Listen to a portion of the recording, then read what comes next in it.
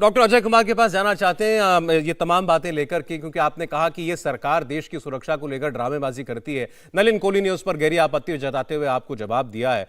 अब खास तौर पर कल 75 साल आज़ादी के मौके पर कश्मीर के कई जगहों से, कोने कोने से तिरंगे फहराने की तस्वीरें आई।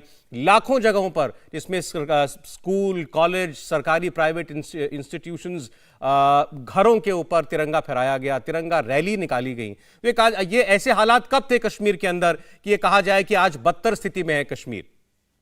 डॉक्टर अजय, पहली बात है कि नलिन कोहली जी और भाजपा जो है, अगर कांग्रेस पार्टी को राष्ट्रवाद सिखाएगी, जिसने आजादी के संग्राम में तो ये एकदम गायब थे इनके जो पैतृक संस्थान।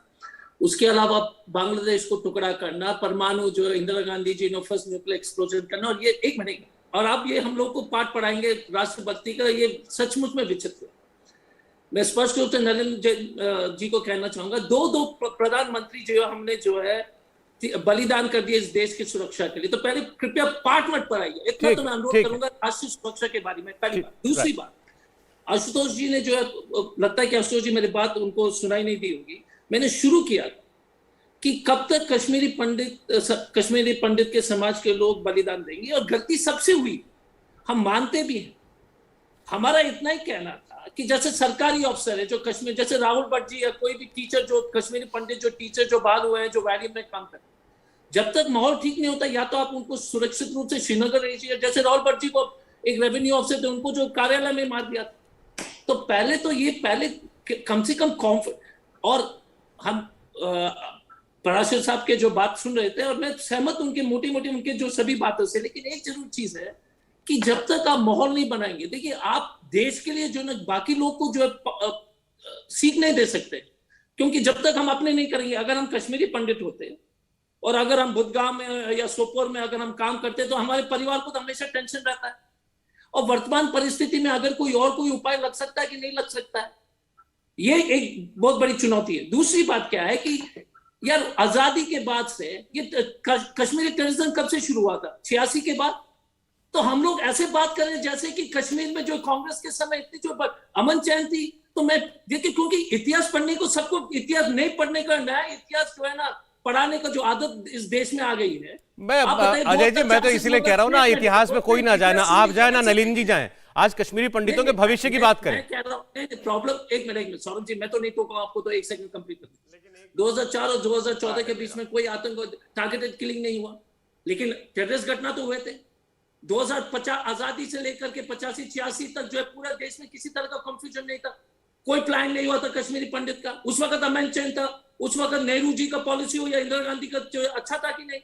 तो हमारा इतना ही कहना है कि ये और मैं आशुतोष जी से 200% सहमत कि जितना बलिदान कश्मीर पंडित के समाज ने दिया, किसी ने नहीं दिया प्लान के रूप में। और गलतियां हुई है, हम भी उसमें दोषी है, ये भी दोषी है, लेकिन हमारा इतना ही कहना है कि ये कॉम्प्लेक्स समस्या है।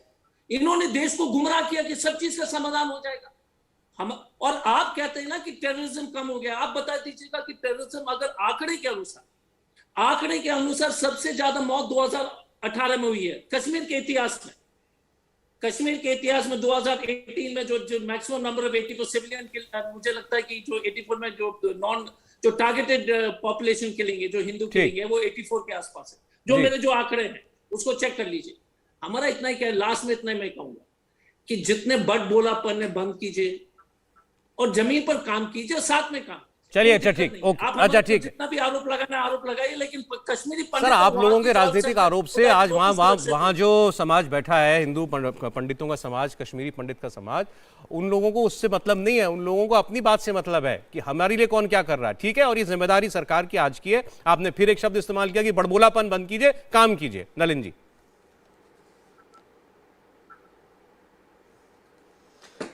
मुझे लगता है कि इस कार्यक्रम में उसी प्रश्न को लेके, क्योंकि मैं राजनीतिक बात बाद में करूंगा सौरभ जी, उसको लेके आशुतोष जी, आरती जी और आपके बड़े वरिष्ठ पत्रकार खुद ही हैं देवेंद्र जी, जो वहां बैठ के वहां जमीनी स्थिति को देखकर प्रशासन से, मनोज सिन्हा जी से बात करके आपको डायरेक्ट रिपोर्ट कर रहे हैं। मतलब उसके लिए मेरे शब्द ही नहीं, आप ही के अपने आपके सहयोगी जो है, जो इस बात को समझते हैं, वो स्पष्ट रूप से आपको वहां स्थिति बता रहे हैं। उसकी चिंता हो रही है, मैंने कहा। लेकिन जब एक राजनीतिक कमेंट आता है तो हम लोग भी अपना राजनीतिक करेंगे, क्योंकि आपके दर्शकों के सामने एक राजनीतिक पहलू आएगा तो मुझे भी तो अपना एक पहलू देना पड़ेगा। बाकी आपके दर्शक तय करेंगे किस पहलू से वो सहमत है और किससे असहमत। अब अजय जी ने कहा कि पाठ मत दीजिए आप हमें मतलब सुरक्षा या राष्ट्रवाद पर। अरे हम देना ही नहीं चाहते, पर अगर आप सेना पे भी प्रश्न उठाओगे, वायु सेना पे भी प्रश्न उठाओगे तो पाठ पढ़ाने की आवश्यकता पड़ जाती है। क्यों नहीं पड़ेगी? आप ही के नेता जाकर उनके साथ खड़े हो जाते हैं, राहुल गांधी जी, जो कह रहे हैं अफजल हम शर्मिंदा है, तेरे कातिल जिंदा है। वो खड़े हो जाते हैं हम देश के टुकड़े टुकड़े होंगे इंशाअल्लाह। अरे यहां शहर के अंदर में, दिल्ली में एक राजनीतिक बात बनाने के लिए उनके साथ आप खड़े हो गए और कहते हैं नहीं नहीं ये तो स्वतंत्रता बोलने का मतलब जो आपका अनुच्छेद 19 है, आर्टिकल 19, उसमें उनका अधिकार है। अरे आर्टिकल 19 का पहला अमेंडमेंट पंडित नेहरू ने किया 1951 में, जहां रीजनेबल रिस्ट्रिक्शंस दी गई। अरे पाठ आपको इसलिए पढ़ाना चाहते हैं क्योंकि आप खुद की पाठ को भूल जाते हैं। दूसरी बात आइए, आप बोलते हैं 2 प्रधानमंत्री हमारे ने बलिदान दिया। हमारे लिए वो देश के प्रधानमंत्री हैं। राजीव गांधी जी भी हमारे प्रधानमंत्री, मेरे भी प्रधानमंत्री हैं, और इंदिरा गांधी जी भी। आप उनको एक परिवार का प्रधानमंत्री बनाना चाहते हैं जब आप कहते हो उन्होंने बलिदान दिया। देश का वो बलिदान था, वो प्रधानमंत्री इस देश के थे, आपके नहीं मेरे नहीं। जैसे नरेंद्र मोदी इस देश के प्रधानमंत्री हैं, आपके नहीं मेरे नहीं। और जब वो संग्रहालय बनाते हैं, देश के प्रधानमंत्रियों के संग्रहालय बनाते हैं।